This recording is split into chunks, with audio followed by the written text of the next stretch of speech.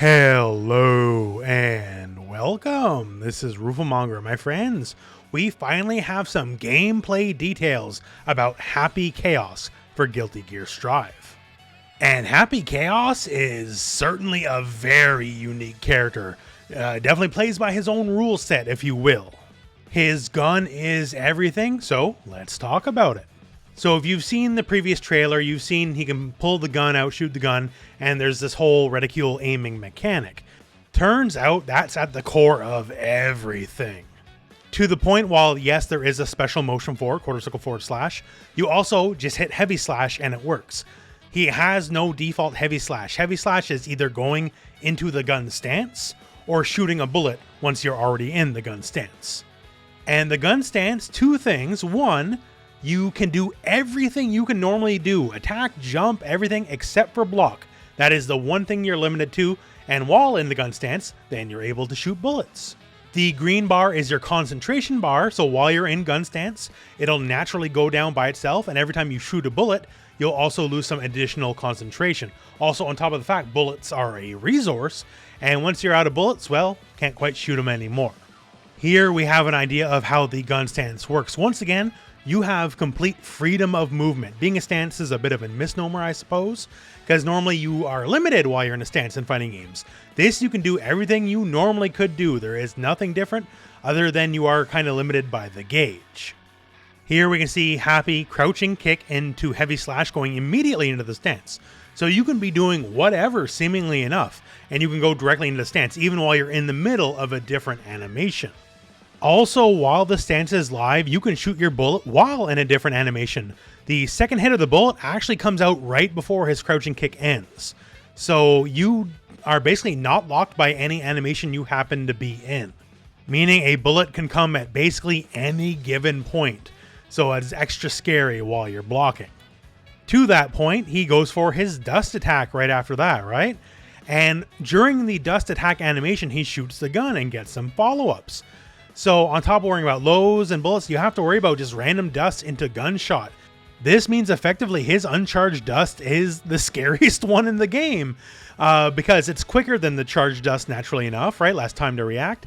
And he can get full-on proper conversions from it in a way other characters just cannot.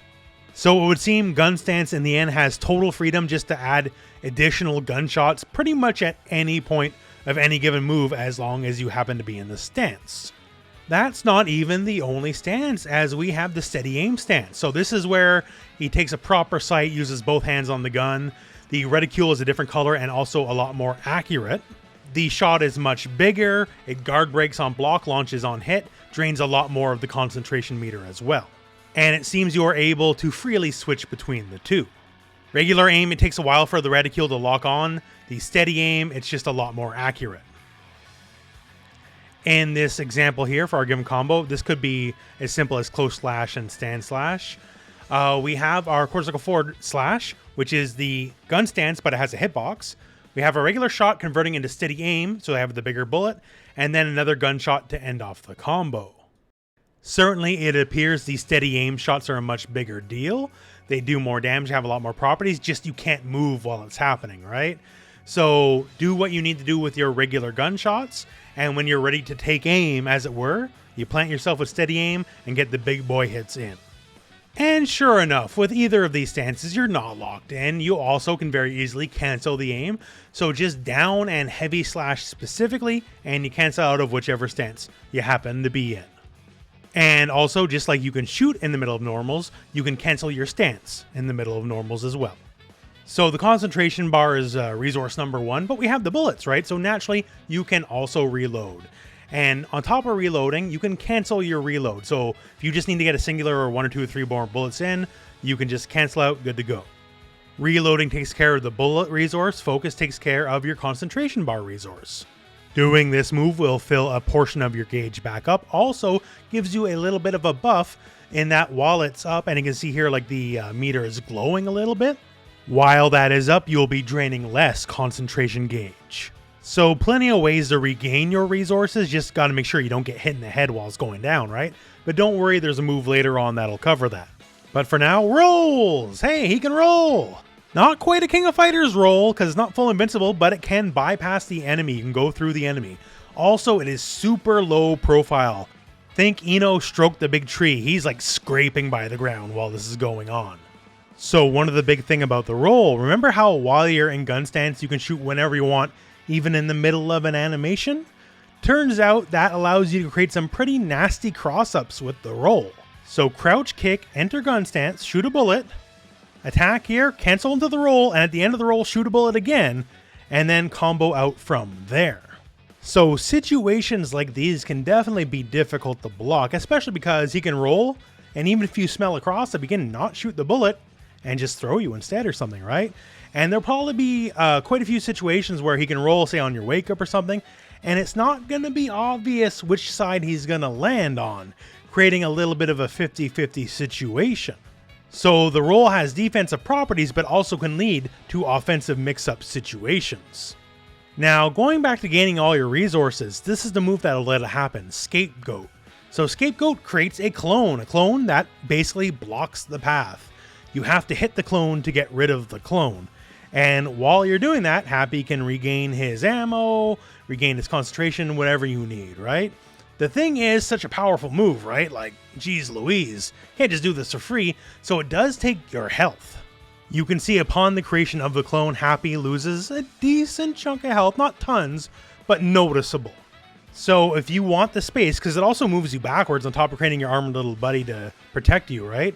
If you need that space, you're going to be paying for it in a pretty dire and dear resource. Also, each Scapegoat creates a different little pose, which is silly, so I like it. Curse is very interesting, as it's a projectile that's unblockable, at least seemingly so, because it doesn't cause any hit reaction on the enemy. And while the Curse debuff is live, then your basic gun stance moves get a lot more accurate. So before you had to be in steady aim for the more accurate shots, and that means you couldn't move or do anything.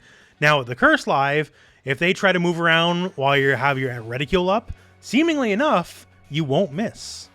Or at the very least, it'll be much more difficult to get away from it. Here we have Deus Ex Machina, and this is his only attack super, but thankfully enough, it's a pretty decent one. So twofold. One, this projectile super will track you wherever you are on the screen. It doesn't matter. As you can see here in this example, the enemy is behind him. It can still hit him just fine.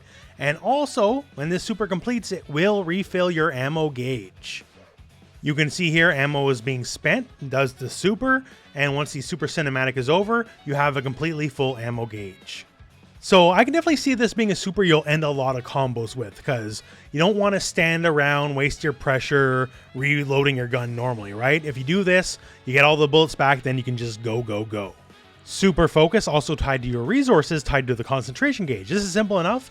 When you do it, you get all your concentration gauge back, and you also get the buff from the special move that was mentioned earlier, where you drain less of your meter while it's live. Looks like if you cancel it from normals, you're plus on block, you can keep your pressure, that's handy. And also, you might have new combo routes because of the quick recovery.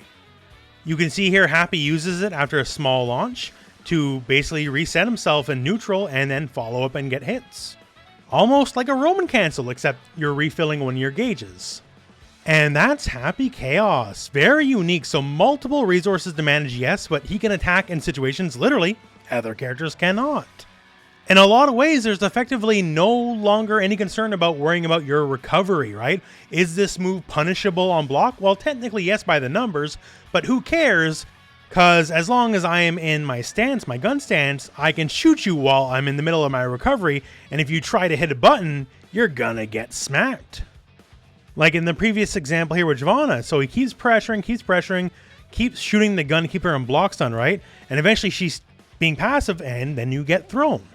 I can see Happy being a character getting his regular throw off more than the average character, because he can create so many scenarios where you're just scared to hit buttons because he can always put out an attack.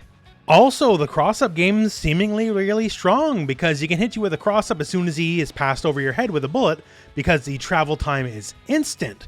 So the second you're on the other side, hit the gunshot, it's a cross-up, you can Roman cancel and get a full combo from there. Another example we're talking about right here, I hit my button, and oh, you're going to try to take your turn? Nah, get shot instead. Once again, in the gun stance, he can do literally everything. Movement-wise, attack-wise, he can do normally, just he can't block. Seemingly enough, you can use your clones as a shield as a good tool to hide behind. So even though while it takes health, the most precious of all resources, you would definitely bully with it. Clone corner lockdown might be a sight to see. Also looks like you have to really respect steady aim, the stance where the reticle changes and he just plants his feet on the ground and can't move, because even air movement is seemingly not fast enough to escape this reticule. So while he's standing and holding his ground, you yourself kind of just gotta wait him out, seemingly enough. So in the end, what I have to say for Happy Chaos is he's definitely unique. Nobody in this game plays even remotely like this, and more to the point, there's really not anyone that plays like him in fighting games. This whole resource mechanic, how everything works. There's been characters with guns before, sure, but not quite like this. Like, Elfelt could pull the rifle on you and aim at you, yes, but she also couldn't punch, kick, and throw you while she was doing it. In the end, the closest example I have, I guess, for a comparison is Happy Chaos is basically anime Aaron Black. That all said, though, I think he's truly interesting, and I think he'll be a great addition to the roster. I'm very much looking forward to his launch. And otherwise, my friends, hey, that's the end of the video. So thank you very much for watching. Hope this video has found you well. Go out and play some Guilty Gear.